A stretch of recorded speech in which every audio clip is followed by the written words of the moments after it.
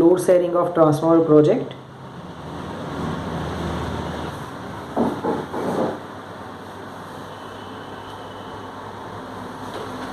સૌ પ્રથમ પ્રોજેક્ટની અંદર વપરાયેલા દરેક કમ્પોનન્ટ જોઈ લઈએ.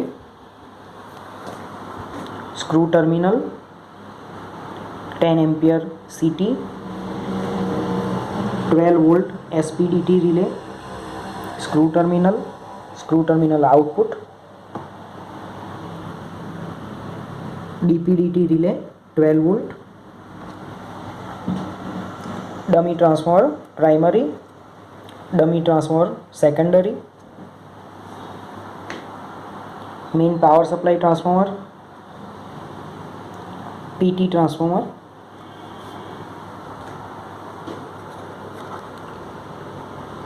ફોર એન 1N4007 ડાયોડથી બનાવેલ bridge rectifier, filter capacitor, voltage regulator, 5 વોલ્ટની લાઇનમાં ફિલ્ટર કેપેસિટર. અહીંયા ફિલ્ટર કેપેસિટર 12 વોલ્ટની લાઇનમાં છે. વોલ્ટેજ રેગ્યુલેટ થયા બાદ જે 5 વોલ્ટ રેગ્યુલેટેડ મળ્યા તેની અંદર 5 વોલ્ટમાં એક બીજું ફિલ્ટર જે રેગ્યુલેટેડ લાઇનમાં છે. પોટેન્શિયલ ડિવાઇડર સર્કિટ પીટીના વોલ્ટેજ ડિટેક્ટ કરવા માટે, પ્રાઇમરી ટ્રાન્સફોર્મરને એક્ટિવેટ કરવા માટેની circuit, free wheeling diode, indicator LED માટેનું રેજિસ્ટર અને indicator LED, NPN transistor, 1 kilo ઓહ્મનું રેજિસ્ટર. સેમ કમ્પોનન્ટ પરંતુ સેકન્ડરી ટ્રાન્સફોર્મર માટેનું section, same component change over relay માટેના section, filter capacitor, Arduino nano 80 mega 328P ચિપવાળું, LM358 Schmitt trigger dual op amp IC, જેને આપણે CT માટે signal કન્ડિશનિંગમાં use કરશું. સિગ્નલ કન્ડિશનિંગ માટે 3.3 વોલ્ટના ઝેનર ડાયોડ વડે બનાવેલ બ્રિજ રેક્ટિફાયર, 1K ના 2 પેરેલલમાં રેજિસ્ટર જે ટોટલ 500 ઓહ્મ્સ રેઝિસ્ટન્સ જનરેટ કરશે,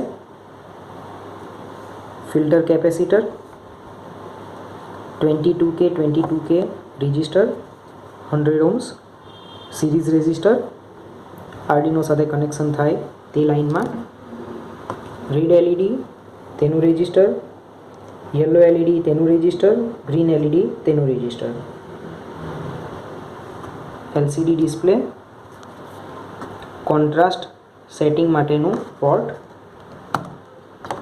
buck strip, pull up resistor, LED backlight resistor 100 ohms, તે સિવાયના 6 10 કિલો ઓહ્મના,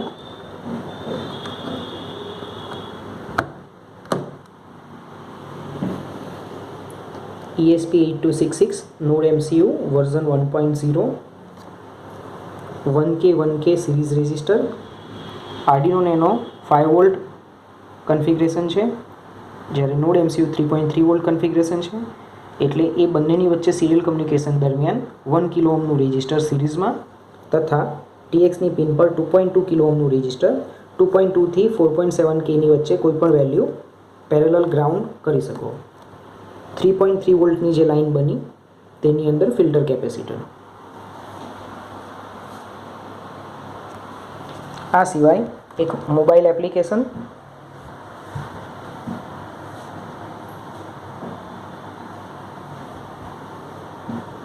કે જે ઓનલાઈન એપ મેકરમાં બનાવેલ છે. Transformer load sharing of project, power કેટલા વોલ્ટ મળે છે, લોડ કેટલું છે, કયા મોડમાં અત્યારે એક્ટિવેટ છે અને સ્ટેટસ શું છે તે, રિફ્રેશનું બટન અને એપ્લિકેશનમાંથી એક્ઝિટનું બટન. તથા આ એપ્લિકેશન જેટલો સમય ખુલ્લું રહેશે તેટલો સમય દર 5 થી 10 સેકન્ડે ડેટા લઈને ટેક્સ્ટ ફાઇલ બનાવશે, જે સેટઅપ એન્ડ્રોઇડના ફોલ્ડરમાં ઇન્ટરનલ સ્ટોરેજમાં ટ્રાન્સફોર્મર નામથી TXT ફાઇલ તરીકે મળશે. અને આ પ્રોજેક્ટને રન થવા માટે જે વાઈફાઈ અવેલેબલ જોઈશે તે આ પ્રકારે છે. SSID એટલે કે નેટવર્ક હોટસ્પોટનું નેમ પ્રોજેક્ટ, બધું જ કેપિટલ, સિક્યુરિટી, પ્રીસેટ કી અને પાસવર્ડ છે પ્રોજેક્ટ યુઝ 1, બધું જ કેપિટલ. તો આ પ્રોજેક્ટ ઓન થશે.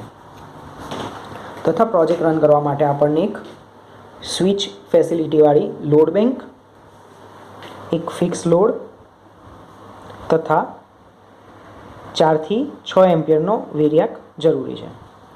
પ્રોજેક્ટ ચાલુ કરો એટલે નેનો પોતાનું કામકાજ તરત જ ચાલુ કરી દેશે, પરંતુ નોડ એમસીયુ જ્યાં સુધી તેના પર વાઈફાઈ કનેક્શન નહીં મળે ત્યાં સુધી અપલોડનું કે ડેટા સેન્ડ કરવાનું કાર્ય કરશે નહીં. જે વખતે ઇન્ટરનેટ અવેલેબલ હશે તે વખતે આ બ્લુ લાઇટ બ્લિંકિંગ થતી હશે, અને જો તે અવેલેબલ નહીં હોય, કનેક્શન નહીં હોય, તો લાઇટ બ્લિંકિંગ થશે નહીં. તો તે કન્ડિશનમાં પ્રોટેક્શનના, સ્પ્લિટના, ઓવર વોલ્ટેજ, અંડર વોલ્ટેજના વર્કઆઉટ થશે, પરંતુ ડેટા અપલોડ થશે નહીં. તો મોબાઈલ એપ્લિકેશનમાં જોઈ શકાશે નહીં. જે સમયે આર્ડિનો નેનો ડેટા મોકલશે નોડ એમસીયુને અને ડેટા અપલોડ થવાનું કામ ચાલુ થશે, તો ડેટા રિસીવ થઈ ગયા છે તે ઇન્ડિકેશન કરવા માટે અહીં એક બ્લુ એલઈડી ઓન બોર્ડ છે તે ઓન થશે, અને ડેટા રિસીવ થઈને પ્રોસેસ થઈ ગયા છે તે બાદ એલઈડી બંધ થઈ જશે. એટલે કે માત્ર ડેટા રિસીવ થઈ ગયા છે તેને ઇન્ડિકેટ કરવા માટે આ બ્લુ એલઈડી ઓન થશે અને ઓફ થઈ જશે. પરંતુ જો જે વખતે ઇન્ટરનેટ કનેક્શન નહીં હોય તો ડેટા અપલોડ થશે નહીં. તો પ્રોજેક્ટને ચાલુ કરીએ. અહીં આ એલઈડી બ્લિંકિંગ કરી રહી છે કે નથી તે જ ધ્યાન રાખવું. અત્યારે સ્ટીડી કન્ડિશનમાં છે, ડેટા રિસીવ થઈ ગયા છે. અચ્છા, આ એલઈડી બ્લિંકિંગ થવા માંડી એટલે કે ઇન્ટરનેટ કનેક્શન મળી ગયું છે. ફરીથી એકવાર રીસેટ કરીએ. નવા ડેટા આવશે, અહીં અપલોડ થશે અને તરત જ અહીં અવેલેબલ થઈ જશે. 2 to 8 વોલ્ટ કમ્બાઈન મોડમાં, એટલે કે એક જ ટ્રાન્સફોર્મર ઉપર કમ્બાઈન લોડ ચાલી રહ્યો છે. આ લોડ બી અને પાવર બેંકનો લોડ પણ કમ્બાઈન મોડમાં એક જ ટ્રાન્સફોર્મર પર ચાલે છે. અત્યારે પાવર કન્ઝમ્પશન છે 1.011 એમ્પિયર.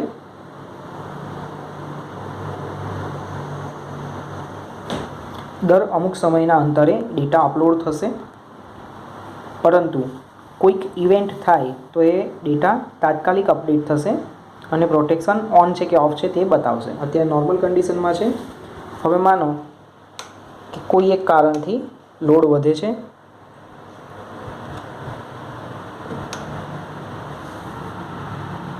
.5ની આસપાસ 2.25.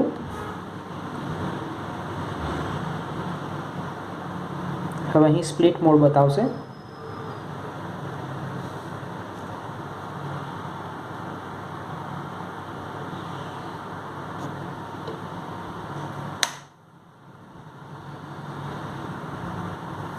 હવે કરંટ કન્ઝમ્પશન 3.35 એટલે કે 3.5થી ઓછું છે. અહીં યલો એલઈડી ચાલે છે, પાછું કન્ઝમ્પશન ઓછું થયું 2.51.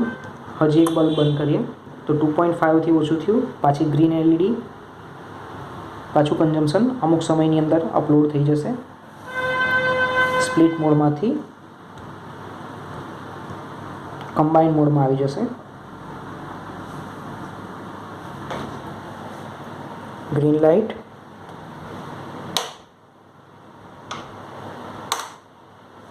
યલો લાઇટ, ત્રણે ત્રણ એલઈડી ચાલુ છે. એટલે કે પ્રાઇમરી ટ્રાન્સફોર્મર બી ચાલુ છે, સેકન્ડરી ટ્રાન્સફોર્મર પણ ચાલુ છે, ચેન્જ ઓવર સ્વિચ રિલે પણ એક્ટિવેટ થઈ ગઈ છે. તેના ઇન્ડિકેટર તરીકે primary transformer, secondary transformer activation અને સ્પ્લિટ રિલે એક્ટિવેશનની ઇન્ડિકેટર એલઈડી છે. અને જો તેના કરતાં પણ કન્ઝમ્પશન વધે તો રેડ લાઇટ થઈને સિસ્ટમ શટડાઉન થઈ જશે. રેડ લાઇટ, એ ડેટા અહીં અપડેટ થઈ જશે. નેટની ફેસિલિટી કેવી છે તેના પર રિએક્શન ટાઈમ આધાર રાખશે.